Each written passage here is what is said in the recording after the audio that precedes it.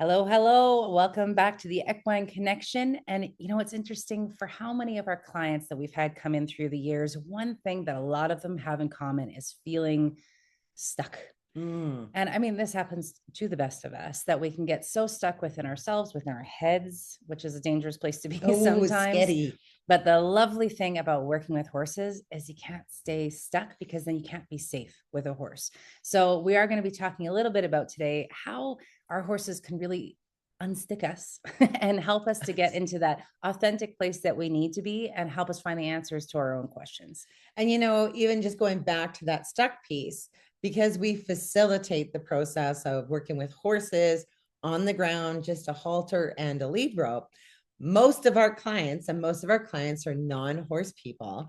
When they come in, you will see so many times a horse will get stuck. Well, we know as a professional right away because we understand the horse's world, their language, and their culture. A horse being stuck, obviously, and the number one thing, you don't know this yet, but the number one thing a horse needs to feel is safe. So now when we're doing this as a professional and we're understanding the horse's world, why would a horse get stuck? Well, first thing we go to, horse isn't feeling safe.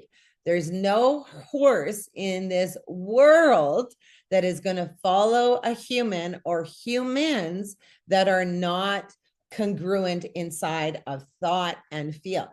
They just won't. So here's a great, beautiful moment for an ability to do a step in to help the human to make an adjustment. Because if the horse is stuck, something is happening inside of them.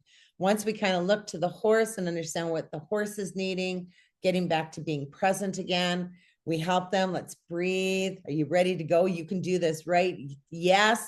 And then boom, the horse goes. Now, after that, then the fireworks magic go off. Because we got to use that piece once they finish doing whatever it is they're doing. Because once they start in movement forward, which is horses feel so good, so do humans. When they do stop, though, we really want to, help that human to be empowered by what did they do to make the change inside themselves. Because when they unstuck the horse, they actually unstuck themselves. So in understanding what they did helps them to, again, take that learning from the arena and apply it in their own life, even without a horse. Because if they could do it with 1,200-pound horse, what can't they do without the horse, you see? And it's not about finding out all, or going to the past or the therapy side of it at all or anything like that. It's what can we change in the right now and adjust for ourselves. And a lot of times, whether it be anxiety or people are just getting, like we said, too much in their head, or they're avoiding certain things or nervous to move forward with certain things that they're thinking Doubting. about. Doubt. There's a lot of doubt happening. The nice thing about working with horses is that it's such a parallel to what we're doing in our own lives. Even if you think about, and any of you who are horse people know that those horses, they get itchy heads sometimes and they will come in, and there's a big difference between gently rubbing a head on you or using you as a scratching post. And you fall. Yeah. And you move because they big. But it's interesting to see how many people allow it. Right? They allow themselves to be used, or they don't want to keep their bubble because, well, the horse is so cute. Why I should let them do it. They need that scratch. Okay. So what does that look like in your everyday life? Are you allowing people into your bubble? Are you allowing people to use you in some way? Right? There's so many parallels in how we react with horses that can bring us back to what are some things that I'm doing that maybe I'm not even aware I'm doing it in my everyday life that could be good for me or detrimental for me, but it just shines such a light on how we do act within our own lives that we probably don't even realize things that we're doing. Yeah, I so agree with that, because that's the power of being with a horse, is because it brings like an awareness to oneself that I must be doing this with people.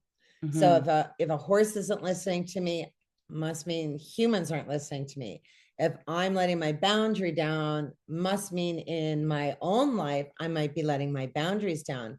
And that's why it's so crucial to understand those key components when we are working with the horse and understanding that, so we can tie it all back again. Because we hear this a lot. And actually this one, I'm just going to tell you a little story, because it was one of our facilitators in training who came out for the in-person live training component of our certification course. And we had Comet, and he kept rubbing on her. Now, there's always two ways to know how a horse is communicating. We're not going to go into the depths of it, but the two ways you know if the horse is communicating: one, it's always soft and gentle.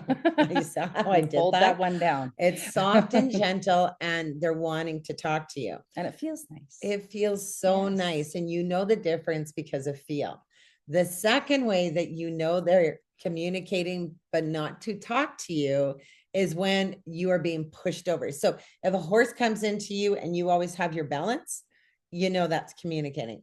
If a horse comes into you and they knock you off balance, that kind of communicating is same. like, it's all about me, myself, and I want this, this, this, and this.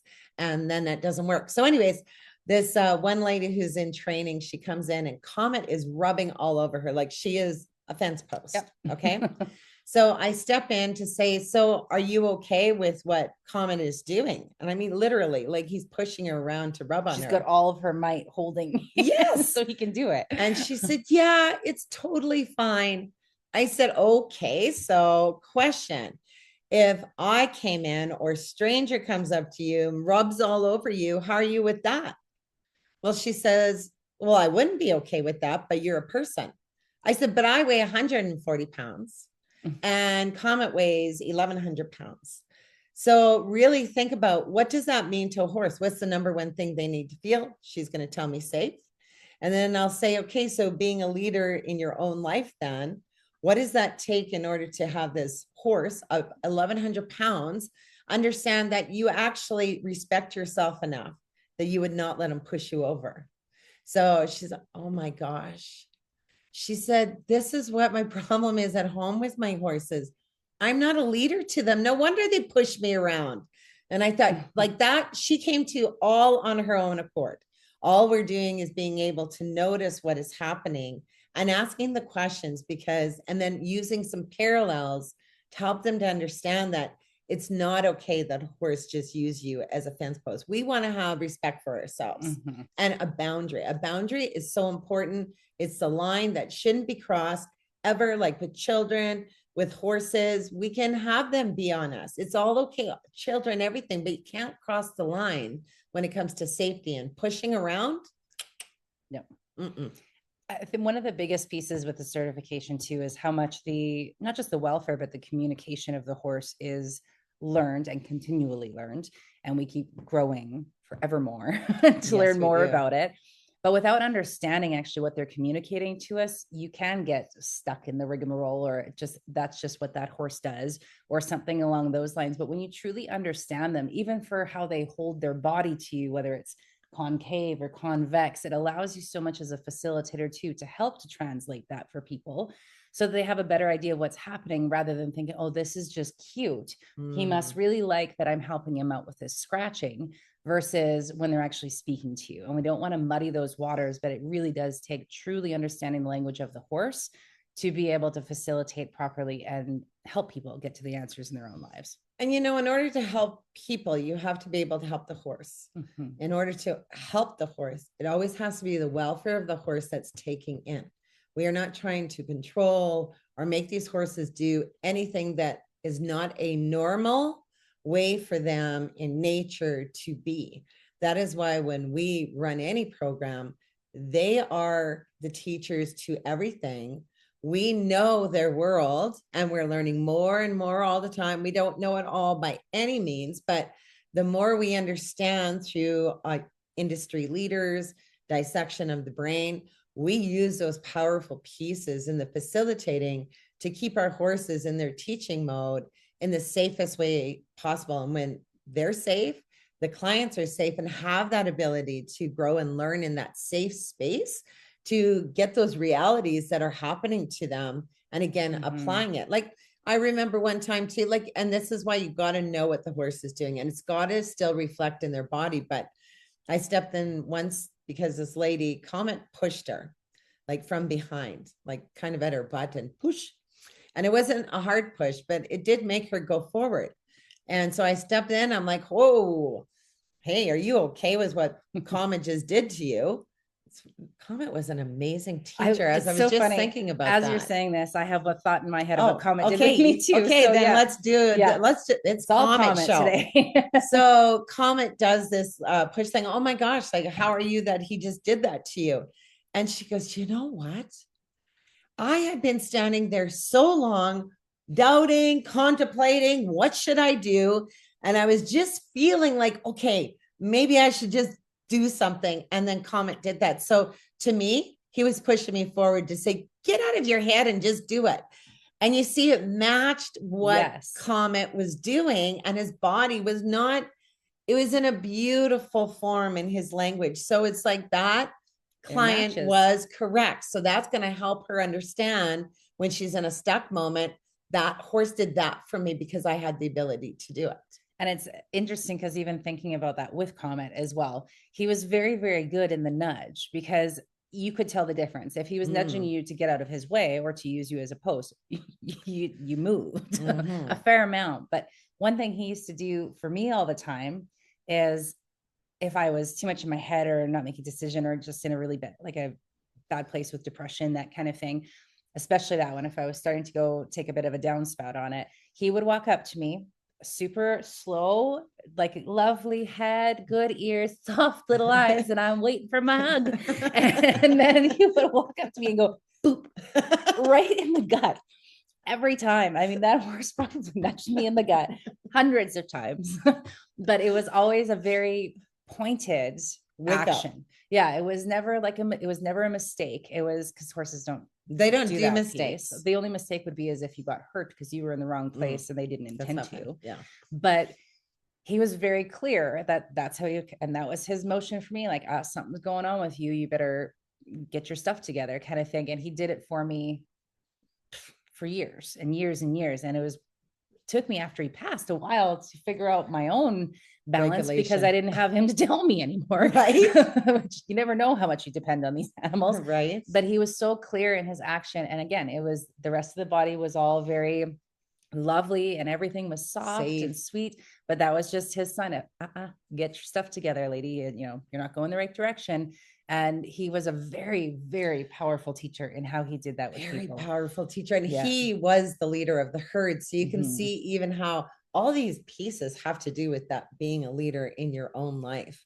But I did love watching those things too, because when she wasn't needing that, like, let's say she was where she wasn't going down in a dip, he didn't do that to her. So it's just incredible that the horse is so much more aware before we actually are aware we're at. And that's why there's power pieces. And then after Comet passed, because that was very hard for Caroline, because now he's gone. How am I going to tell? Well, you know what? He did. He trained her. Yeah. He trained her, and she knows these things now. So there's so much merit in having a horse be the teacher to each and every one of us in the world. That's why all humans can benefit from building these strong life skills and a skills development program that includes horses. And that's what our certification is all about, because there's not one human who doesn't need this. Not one. We're all stuck in one way or another. We're messed up humans, man. Whether it be, you can be powering ahead in work, but then maybe on the relationship side, you're a little stuck. Maybe the financial, there's always a piece of us that we're a little bit stuck with, or we're holding back, or we're, not saying our truths. And horses are that being that can bring us forward out of those places to just not be stuck anymore. Yeah. Blessed creatures. Seriously.